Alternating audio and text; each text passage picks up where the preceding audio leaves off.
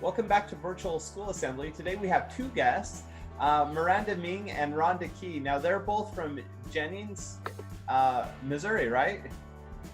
Yes, we are. Okay, sorry, I totally should have checked in advance. I know that. So Rhonda's a school administrator. She's an assistant superintendent there in Jennings with over 3 decades experience serving communities. She focuses on transforming school culture, academic rigor, and work-based learning. Where Miranda is the principal at Jennings High School. She's a former English teacher and has been serving in education for a long time as well. So thrilled to have you both on the show. Welcome. Thank you. Happy to be here. Now, today our topic is taking the path less traveled, and you guys have done a bunch of research in this area. So I'm going to hand you the virtual microphone and let you introduce your topic and tell us a little bit about yourselves, and then I'll have some questions for you. No problem. Go ahead, Dr. Ming. Sure. Pleasure to speak to you all today. Dr. Key and I have been specializing in the area of urban education for the past about 5 to 6 years. We've been working together. And what we've looked to do is to see how you can leverage resources in communities of need to ensure that students take what we call the path less traveled. The path less traveled could be one of high school student internships, it could be one of college education, or it could be one of a job in a local Fortune 2, 3, or 400 company. And so our role is to support students to determine what that path looks like for them. Dr. Key? And then doing that, taking that path less traveled, Dr. Ming and I had discovered that one of the major barriers is attitude. Kids' attitude of what they believe they should have and what they can achieve. So just using those resources such as Jobs for America, JAG, having mentors in the building with students, giving them the opportunity to change their attitude that you can do anything you want to be. However, there is a path you must travel. There's something, those common things you need to do in order to make yourself successful for that particular path. And in that particular path, at our culture, school culture, we have set up a culture where, believe it or not, people will come in our school and say, oh my goodness, this is a pipeline to prison. Now I'm gonna say it again, they would come in our school and say, this is a pipeline to prison. And the reason they would say those things, simply because they would come in and see our rules and see how we set up our culture. And Dr. Ming, give them some examples about what we set up and how people perceived it as a pipeline to prison.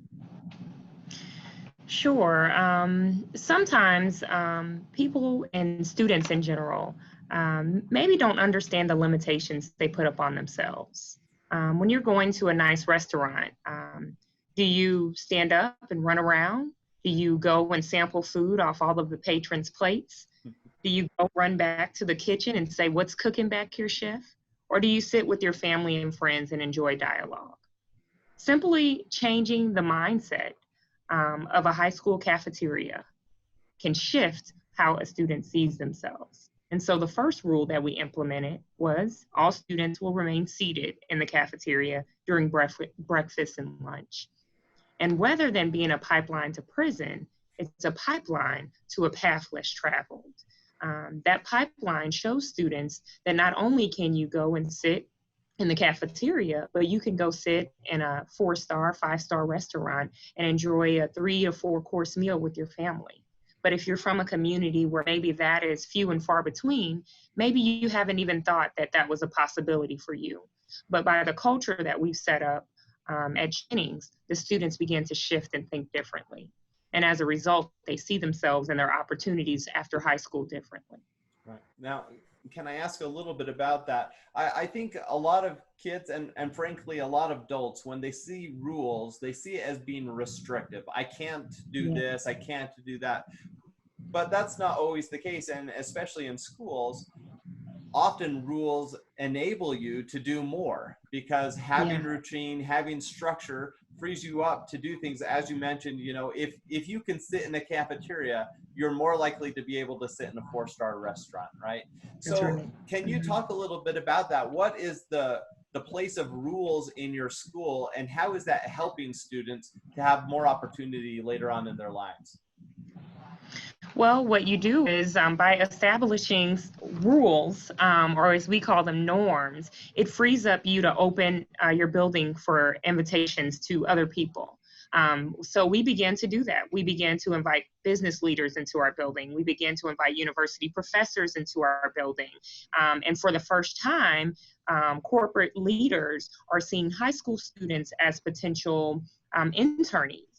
We actually had our first set of students ever to be high school paid interns at Worldwide Technology. That's a company that typically focuses on college students. So you begin to be able to create these paths that many other people may not have had the opportunity to do, especially within our demographic, based on the norms and rules that were set up.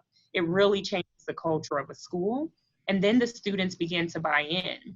And so these structures support all of their next steps. Right. Well, so Dr. Key, earlier you talked about the role of attitude, and one of the things that you're dealing with in your schools is seeing attitudes that come up that where they deserve something or they should have something, but they don't necessarily have to work for that thing. And that's a struggle that, I mean, that's not a new thing. That's not a generational thing even. Often we give Generation Z a bad rap because they're not used to waiting. They grew up in a time where there wasn't waiting in lines. There wasn't waiting for technology. You had everything instantly. So they grew up differently than how we did. However, one thing that Generation Z does really well is they're problem solvers. They're good at collaborating. They're good at using technology for communication. And so when we see these attitudes that I want this thing, but I'm not willing to do the work, that's a huge obstacle to overcome. What are you doing in your schools to help the students reframe their attitudes so that they want to put in the work? That is, that's interesting. You said attitude for as I want to do it, different than the attitude that I deserve it. Right. What we've done is that when these people come in, the people that come in our buildings and visit, they talk with our students, and then they take a chance on our students. And then once those students come back and they share it with their colleagues, they share it with the teachers, then other kids catch on like wildfires. But first you have to prepare just that 1 or 2 or 3 students to go to a worldwide technology place and work and see that they are successful there. One thing that relates back to the rules. When those people came into our building, one of the comments was, wow, this building is clean. What do you mean clean? Wow, where are the kids? Well, they're in class. Sometimes when you go into a certain situation, you have an idea of how school looks and how the kids are acting. So once you put in rules that there's no food in the hallways, so your hallways will always be clean, you will get to class on time because you can't be late for work, you'll get fired. And when those visitors come in and see that happening, those kids start getting used to that. It became their home. And those were the type of language that Dr. Ming and I would use, would be like, this is our home, this is your home, this is your house, this is the way you're going to behave, and this is the way we're going to perceive ourselves. So once a certain person have an idea of how you are, they're going to treat you differently. So when those visitors came in, they talked to our students, and then they had a perception that these students are ready. They know how to act. They know how to speak. They know how to walk. And then once those visitors see that type of behavior, they're going to assume that they're ready for the world of work. And once you treat kids a certain way, they're going to perceive themselves as ready for the world of work. So that is displayed in our norms, in our classrooms, our teachers' behaviors, our administrators' behaviors. When Dr. Ming and I walk through the hallways, we pick paper up off the floor. It's not a custodian's job, it's everyone's job. So that also gives you a sense of ownership If I see the principal and I see the assistant superintendent picking up paper off the floor, well, what's the problem with me picking up paper off the floor? Yeah. So that gives kids a different idea of responsibility and appreciation as well. Yeah, I think what's really great here is I think that as you show students what is possible and you're modeling that, and that's become one of the norms in the school, then they can adjust their attitude, adjust their paradigm to see the world a little differently. Now, I love this idea of the road less traveled and looking at opportunities after high school. Let's just spend a few minutes to talk about some of those possibilities as we talk about how possibilities can change our attitude. Possibilities also change our opportunities. So what are some of the things that students can be looking forward to after high school? What are some of the different tracks that they can follow?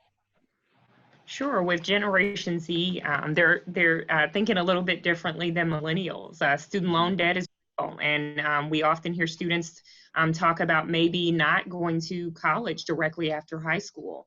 They now are thinking of pursuing a job, finding out how to work the career ladder at local organizations and nonprofits that are moving in. Some of them are really learning to leverage social media and different kind of platforms to leverage paid advertising and things of that nature. And then you have some who are really pushing the entrepreneurial route. St. Louis is a gold mine in terms of entrepreneurship. So those are students who maybe don't want to go directly into college or a four-year college. Then you have the option of the two-year college or the A+ program where students can have 2 years of paid college.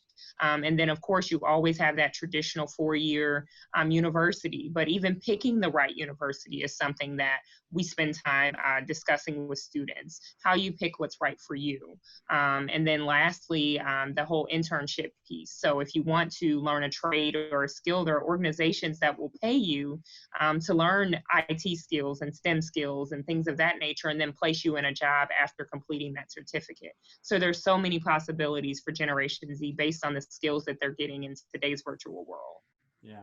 Now, one of the challenges that I'm seeing with students, and I'm part of the problem here, is my generation and older generations grew up with a traditional route. You would go to high school, you would go to college, you'd get a good job, and those jobs were fairly traditional. You'd become a doctor or a teacher or a policeman or whatever.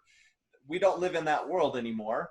Most jobs that will exist 20 years from now don't exist today. And so the world is changing and it's evolving, and schools are changing and evolving. And as you mentioned, some of these different tracks, one of the obstacles our students are having is their parents are having a hard time getting on board and seeing these various tracks. And as I mentioned, I'm part of the problem. Right now, I have a son that's in high school and he's brilliant.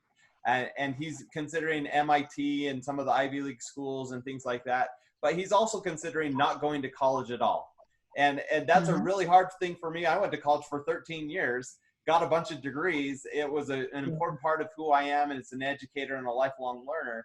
But he's seen that there are opportunities in entrepreneurship and in startups and in doing other kind of nonprofits and things like that. What is it that we can do? Like, so as we're talking to students right now, what can we do for students to help them help their parents see what's possible? That's a great question. I think that parents have to educate themselves just like our students are. So ask questions and see what they're doing on social media. We have a student that's developed their own fashion design company and is really leveraging some money there. And we have students who, you know, are in the startup industry who are using social media, creating their own videos and showing how to do certain things. So I would challenge the baby boomer society as well as the late millennials to really not to be afraid to embrace some of the changes that are happening and to educate themselves on the possibilities and those jobs that, you know, we just heard of the contract tracer. That job did not exist, you know, even a year ago, you know, so just to be open to do what we tell our kids to do. That's great.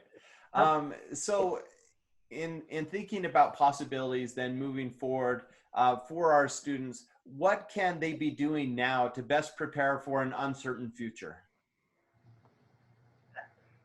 I would say one of the things that is learning how to read with discernment, Mhm. especially in our times right now. Learning how to read, learn how to listen. And with this social media, don't believe everything that you see, hear, and read on social media. Um, Learning how to listen to politicians, see what they truly are saying and speaking, and how it affects your community. When you learn how something affects your community, then you know how to vote correctly. Right. Voting brings in particular jobs in your community. Voting brings in particular resources for your schools. If you have great schools, then you have great companies move into your community. And with those great companies come high skill level jobs, come high professional level jobs.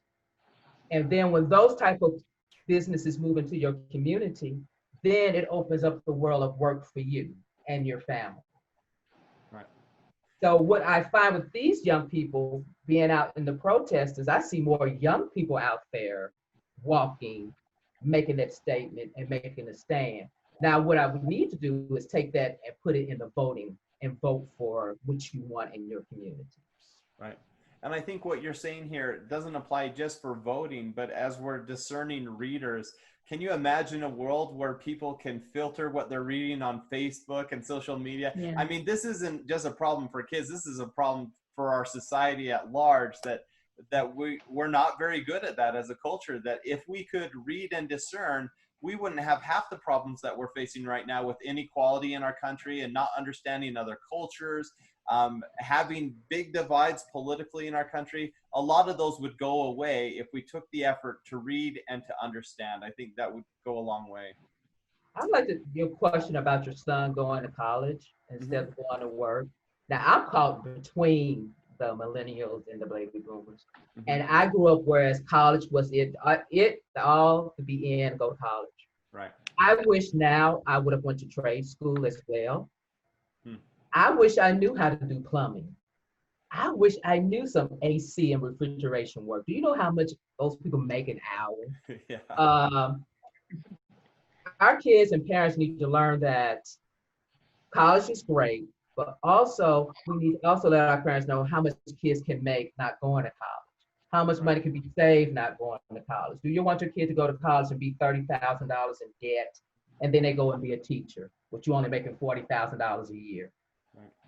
So it's almost comparing your future or comparing the amount of money that in debt compared to what you can make as an income and be happy. So Yeah, I think it's amazing what options we have available, because it's true. If kids knew how much they could make and what was entailed in that, and that's a tricky thing as parents, because so for example, in our home, in the last 5 or 6 years, I've made more income, more money by fixing up my house and selling it and moving into a new house than I did in my job as a teacher. So even though my full-time job, I'm getting paid a salary, I made more money by improving my house, by doing the drywall, by doing the plumbing and the electrical. And I taught my kids how to do some of those things. Now, am I preparing them for a year, for a lifetime in construction? Probably not. And one of the considerations there is, yes, I have these skills and I want to put them to use, but with those skills and with an education, I can hire people to work for me. I can have a business in this area. And so there are so many different options and opportunities. I think right now, the important thing is showing them what options are available to them. Yeah, definitely. Okay. So for either of you now, what questions have I not asked that I should have? What do we still need to cover? I think something that we all need to keep in mind, from students to parents to, our babies, is that there are certain transferable skills that are kind of being lost as we're at advisory board meetings and talking with different people. The ability to put down your cell phone and have a conversation, the ability to disconnect, the ability to really think collaboratively and think critically. Those are transferable skills that you're going to need regardless of what pathway you choose. values. And I also think the ability to have ethics, to be ethical and to be a good person. So many companies and corporations are focusing on core values. So many startups are focusing on core values. So in the midst of, thinking of money and thinking of opportunities, don't forget to really center yourself and think about who you are as a person and what your purpose is in an organization. Any final thoughts, Dr. Key? I would say that I like those. That is right. It's those soft skills, those critical skills that our young people need to keep in mind what you're doing. And also, don't be so selfish. I think everyone wants to be the boss on the stage. Everyone is about how I look and me. And I always say a great leader creates other leaders, right? And I think we've gotten to a point where I watch some young people that get so selfish about me, whereas that they need to learn how to work together as a group and build each other up and create leaders everywhere. If you really think about it, what great leaders do we have today? And when are we going to start creating those leaders in our schools and them start creating those leaders amongst themselves? And your most great leaders are your most unselfish people. Good point. So yes. Yeah, that's a really good point. Well, Dr. Key and Dr. Ming, I so much appreciate you coming on today and sharing your expertise with us. I think that this can help a lot of kids out watching it as they prepare for and think about their future. Really appreciate your time today. Okay. Thank you so much. Thank you.